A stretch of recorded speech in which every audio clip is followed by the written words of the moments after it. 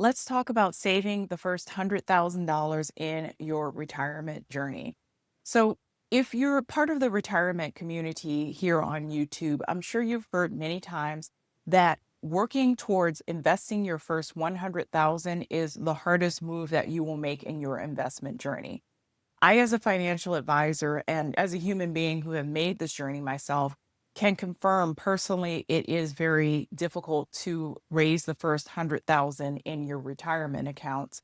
And if you save $10,000 a year, which is a stretch for many Americans, but let's say you can get it up to $10,000 a year with a 7% rate of return, it takes on average about 7.8 years to hit the first 100,000, which is a pretty considerable amount of time.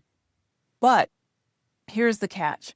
If you hit 100,000, you're not 1/10 of the way to 1 million, you're about 1/3 of the way to 1 million. And that's because of the way compound interest works.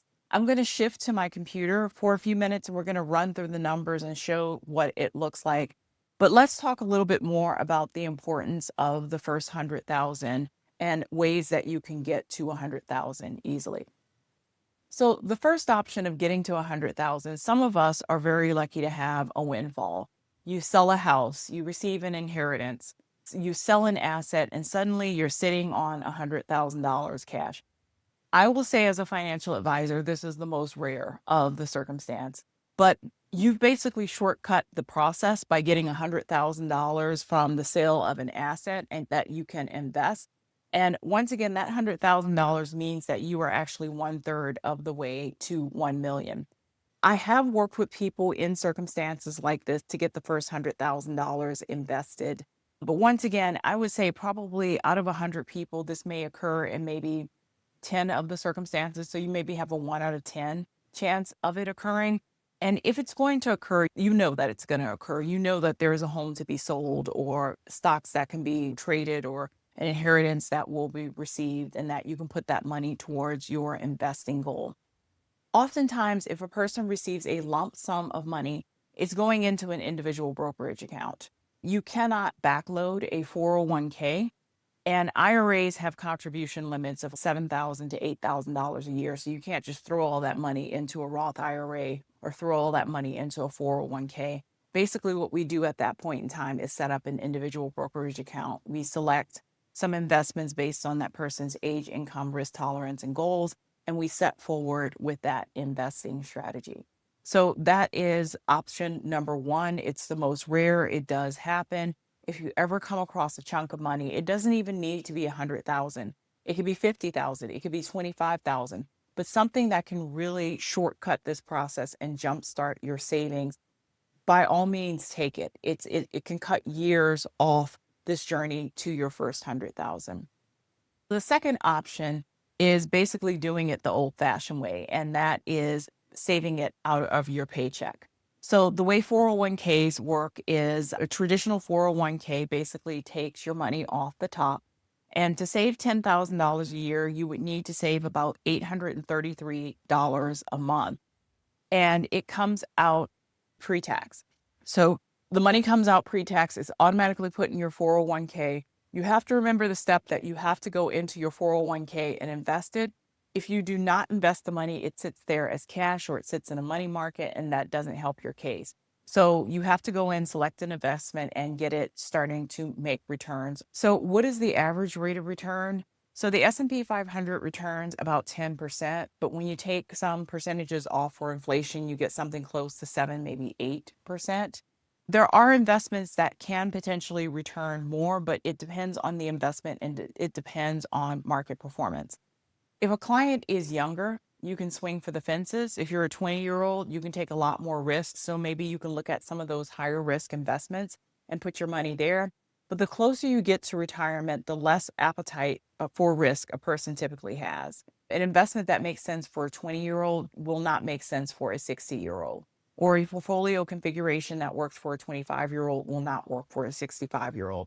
So that's one of the advantages of starting on this journey to 100,000 young, is that you can take risks when you're young that you really can't take at any other point in your life. One way to get to 100,000, people often ask me, how can I get to 100,000 quicker? once again, 7%, $10,000 invested a year. It takes about 7.8 years to get to 100,000. If you want to shortcut it, there's a few things you can do besides putting down $100,000 cash into account from the sale of a home or an investment. So one way you can do it is get better rates of return. So 7 is pretty standard for some people. If you're a 20-year-old and you're getting 7%, you may be very conservatively invested. But there are years that return 13, 14, 15%. There are investments that can return that. It takes quite a bit of research. It's not going to consistently return 15% a year. You have to look at the average return over multiple years to get a sense of what the investment returns. But there are certain investments that return over a longer period of time, a higher rate of return, but also you accept more risk. So if you have a higher rate of return, you can reach $100,000 quicker. The second way you can reach $100,000 quicker, and this one is hard, is by putting away more money. And I know putting away $833 a month or $10,000 a year is a stretch for most Americans. That's a lot of money. But sometimes at some points in your life, you may be able to do that or more. I really do encourage my younger clients, my clients who are in their 20s, maybe in their 30s, who don't have any obligations, they're not married, they don't have any kids, they don't have a mortgage, to really push for putting away as much as they can in retirement savings. Why? Because it gives them the time advantage. They have 30, 40 years to retirement, and all that money is going to earn compound interest. Also, they may be able to put away more money than they can put away at any other stage in their lives. I was thinking specifically of people who are very high income earners in their 20s and 30s. They may work in technology or finance or healthcare.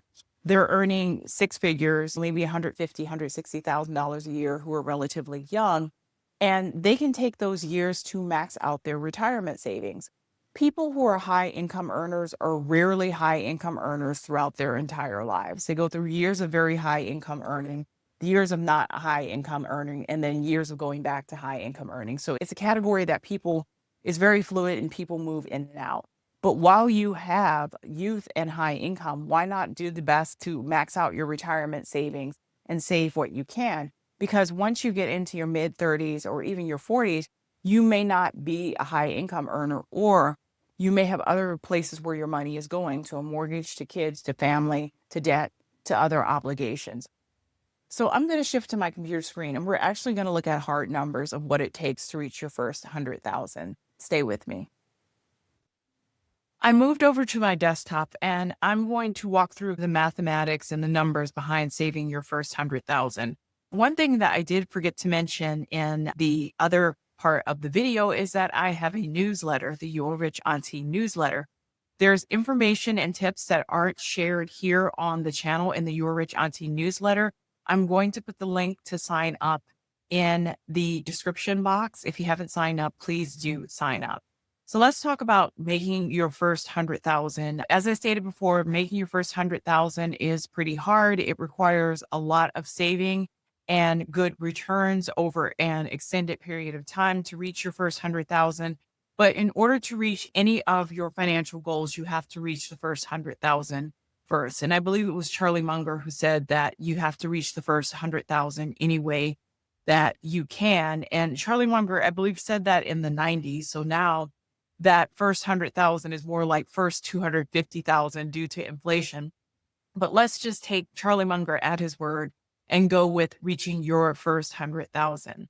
So oftentimes people are starting at zero. Maybe it's a retirement account, or maybe it's a brokerage account, and they don't know where to get started. I will say, if you don't know where to get started, it's important just to get started. It's important just to open the account. It's important to set up the monthly disbursement. It's an important thing to just choose an investment to get started. I think people often overcomplicate things and get caught up in the details, when the hardest part is really just getting started. So one question that I think is actually an excellent question, the way that you reach your first $100,000 is going to be time plus compounding interest plus the money that you invested. And it's going to be a lot of your money that you invest for the first 100,000. The interesting thing is that once you surpass your first 100,000, and especially once you start getting into the mid high six figures, it's less your money that matters and more compounding interest that matters. So in the first 100,000, it's mostly your money. Once you get to the first million, it's not so much your money anymore. It's all compounding. And the part where it flips over from being your money to being compounding, it's about 650,000 where that flip happens. Unfortunately, most people never get to experience that flip because most people never get to 650,000 of invested assets. It takes quite a bit of time. It takes quite a bit of your own personal money, and it takes good returns over a sustained period of time to hit 650,000. And most people just never reach the 650,000 goal. But we're going to start with 100,000 here. And the question that I wanted to answer is, can you do it with returns alone? Or can you do it? Does it make more sense to put more money in with the first 100,000? I'll tell you the answer before I show you the results. But honestly, the returns don't matter as much as the money. The returns don't matter as much as the money. And this is only with the first 100,000. Of course, returns help, but it's really going to be a lot of you putting your own money in. So if you're going to try to rely on good returns or try to rely on your own energy and putting your own money in, I would say put your own money in. And to put in 10,000 for a lot of Americans, this is about $833 a month. This is a lot of money. This takes a lot of effort. Maybe this is the max that people can hit. But if you're a high income earner and you are young, and you can put away 10, 15, or 20,000 a year and you're just getting started, of course, I would encourage you to put away $20,000 a year because that's going to help you hit the first 100,000 much faster and send you on the trajectory to 1 million. So I looked at $10,000 a year only, and I'm looking at 7%, 10%, and 13% returns on that money. And let's take a look at this and do a deeper dive. Okay. So if we start off with 7%, it takes about 7.8 years to hit the first 100,000. Okay. Now, if we have favorable markets and we get a consistent 10% rate of return, it's about a 6.5 year trajectory until you hit the first 100,000. And if we put in $10,000 a year and have a 13% rate of return, it's more like closer to 6 year wait until they hit the first 100,000. You can see, and it's very hard in the first 6 to 7 years because you're putting in money and you may not see that money go up as quickly as you thought you would see it go up. Some years you're not going to see it go up at all. And some years you may actually see it move backward. And people often give up at those points where they don't see it move at all, or they start seeing the money move backwards. They're like, oh, this is not for me. I could be using the money for other things. I'm just going to stop. But you have to remember the 7, the 10, and 13 are cumulative, meaning the average over many years. It's very rare or pretty much statistically impossible that you're going to get a 13% return year after year after year. This return, this year, you may get a 20% rate of return, and this year you may get a 7%, and this year is 13 and 12, and this may be a -5. It averages out to 13%. So please know that in saving for retirement, you're not going to have the same return year after year. Okay. So let's look at a different scenario. Let's say this person can put in either 10,000, 15,000, or 20,000, and they're only going to get a 7% rate of return. I'm going to look at the lowest rate of return. When does this person cross the 100,000 threshold? Okay. So for the person who puts in 10,000, like I said, it's about 7.8 years to cross the 100,000 threshold. Let me just highlight that. Okay. So for the person with a 7% rate of return and can put in 15,000 years, they move up a little bit, somewhere between year 5 and 6. So maybe year 5.5, they cross the 100,000 threshold.